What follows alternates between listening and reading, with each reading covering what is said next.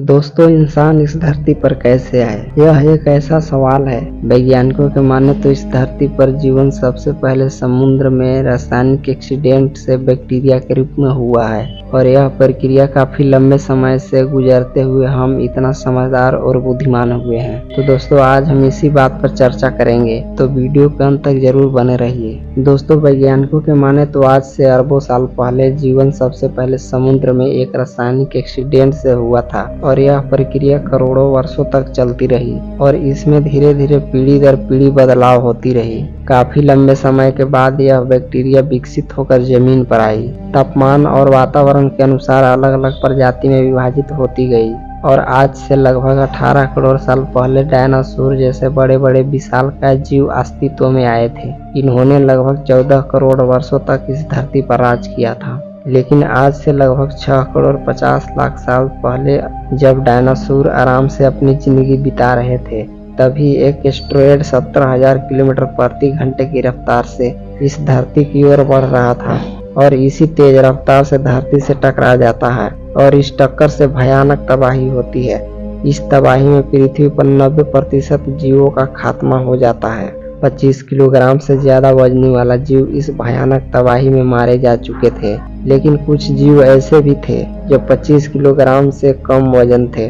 वो इस भयानक तबाही से बच निकले थे, जिसका नाम मैमल्स था। यह एक स्तनधारी जीव थे और हम इन्हीं जीवों से विकसित होकर आज इंसान बनने वाले थे। इन्होंने अपने आप को जिंदा रखने के लिए सब कुछ खाना शुरू कर दिया था। धीरे धीरे काफी लंबे समय के बाद पृथ्वी पर मौसम सामान्य होने लगी। धरती पर नए नए पेड़ पौधे उगने लगे और जो 10% जीव बच गए थे, ये एडेप्टिव रेडिएशन की प्रक्रिया से बहुत सारी अलग अलग नई प्रजातियां जन्म लेने लगी। 5.5 करोड़ साल पहले बंदर जैसी प्रजातियां अस्तित्व में आई। इनकी आंखें सर में आगे की तरफ थी। धीरे धीरे इनमें एवोल्यूशन हुआ, जिसमें स्पाइनल कोड जो मस्तिष्क से जोड़ने वाला था, जिसको फोरामेन मैग्नीम कहते हैं, यह मस्तिष्क सेंटर की ओर बढ़ने लगा। यानी कि अब जो प्रजाति आई वह 4 पैरों के बजाय 2 पैरों पर चलने में सक्षम हो पाई। आज से 4.7 करोड़ साल पहले मौसम लगातार बदलाव की चरम से गुजर रही थी। इस समय एक बार फिर धरती में हलचल हुई, जिससे धरती के भूभाग टूटकर अलग अलग द्वीप बने, जिसके टकराने से अलग अलग पर्वत श्रृंखला का निर्माण हुआ।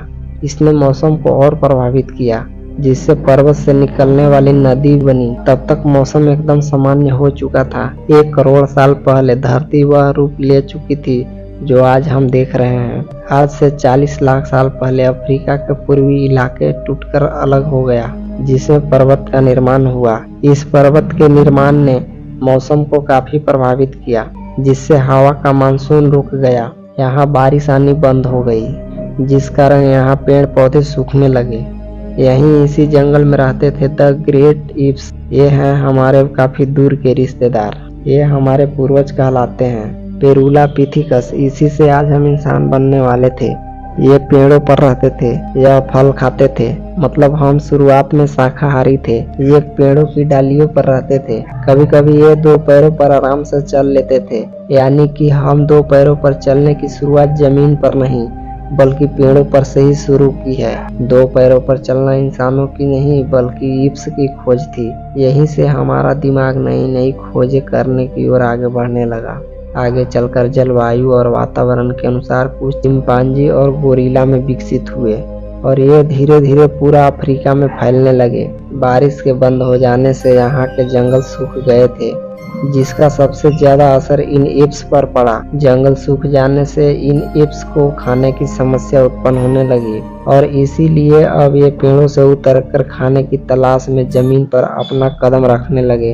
ये है एरडीपिथिकस रेमिडस। ये है हमारे अपने पूर्वज, जिन्होंने जमीन पर मानव इतिहास का पहला कदम रखा और आज उन्हीं के कारण हमने चांद पर अपना पहला कदम रखा। इनका दिमाग संतरे जितना बड़ा था और इनकी लंबाई 4 फीट थी।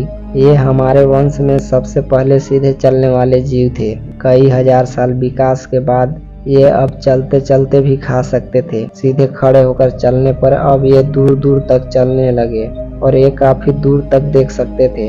विकास की प्रक्रिया चलती रही और इनका दिमाग तेज होता गया। 23 लाख साल पहले। ये है होमो हेबिलियस। इन्होंने पहली बार पत्थर को हथियार के रूप में इस्तेमाल किया, जिसके धारदार किनारा से हाथ कट गया था, जिसमें इन्होंने समझा कि इस पत्थर से दूसरे किसी जीवों का आसानी से शिकार बनाया जा सकता है। अब इनके पास हथियार हो चुके थे, जिससे अब वो हजारों ऐसा काम कर सकते थे जो वह पहले नहीं कर सकते थे। समय बीतने के साथ साथ हमारे पूर्वज समूह में अन्य जानवरों को शिकार करने लगे। ये है होमो इरेक्टस, जो अन्य जानवरों से ज्यादा होशियार और बुद्धिमान थे। इन्होंने ही सबसे पहले आग की खोज की। जब यह हथियार बनाने के लिए दो पत्थर आपस में टकराए तो आग उत्पन्न हो गई। आग की खोज हमारे पूर्वजों की एक बहुत बड़ी खोज थी। इसी आग में जले हुए जीव जंतु का मांस उन्हें काफी स्वादिष्ट लगा। तब से इन्होंने मांस को आग में पकाकर खाना शुरू कर दिया। अब इन्हें आग से रोशनी भी मिलने लगी। ठंडी में अपने आप को गर्म रखने के लिए भी आग का इस्तेमाल करने लगे। अब मांस पकाकर खाने, पचाने और चबाने में कम ऊर्जा खपत होती थी, जिसमें इनको ऊर्जा अधिक मिलने लगी और दिमाग की क्षमता भी बढ़ने लगी। 2 लाख साल पहले इंसान अपने रूप लेने लगा था और इन्होंने पहली बार अपनी आवाज निकालना शुरू की। अब हम अलग अलग तरह की आवाजें निकाल सकते थे, क्योंकि आवाज की जो हमारी नली है वह नीचे उतर चुकी थी।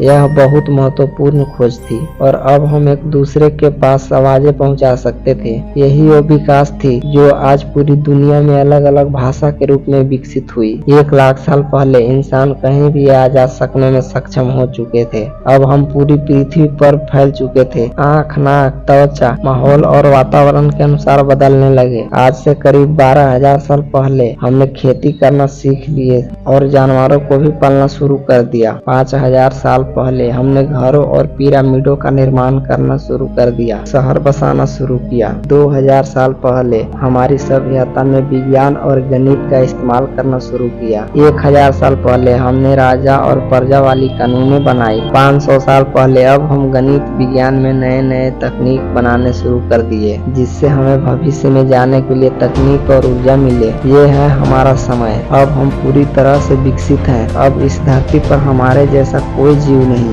अब हम जानते हैं हम कौन हैं, कहां से आए हैं, लेकिन यह तो अभी शुरुआत है। अभी हमें बहुत आगे जाना है। अभी हमारा सफर खत्म नहीं हुआ है। अभी हमें और आगे जाना है, आने वाली चुनौतियों का सामना करना है और खुद को और विकसित और आधुनिक बनाना है। तो दोस्तों, आज की वीडियो में बस इतना ही। कल फिर मिलते हैं एक और नए एपिसोड में। वीडियो को पूरा देखने के लिए बहुत बहुत धन्यवाद।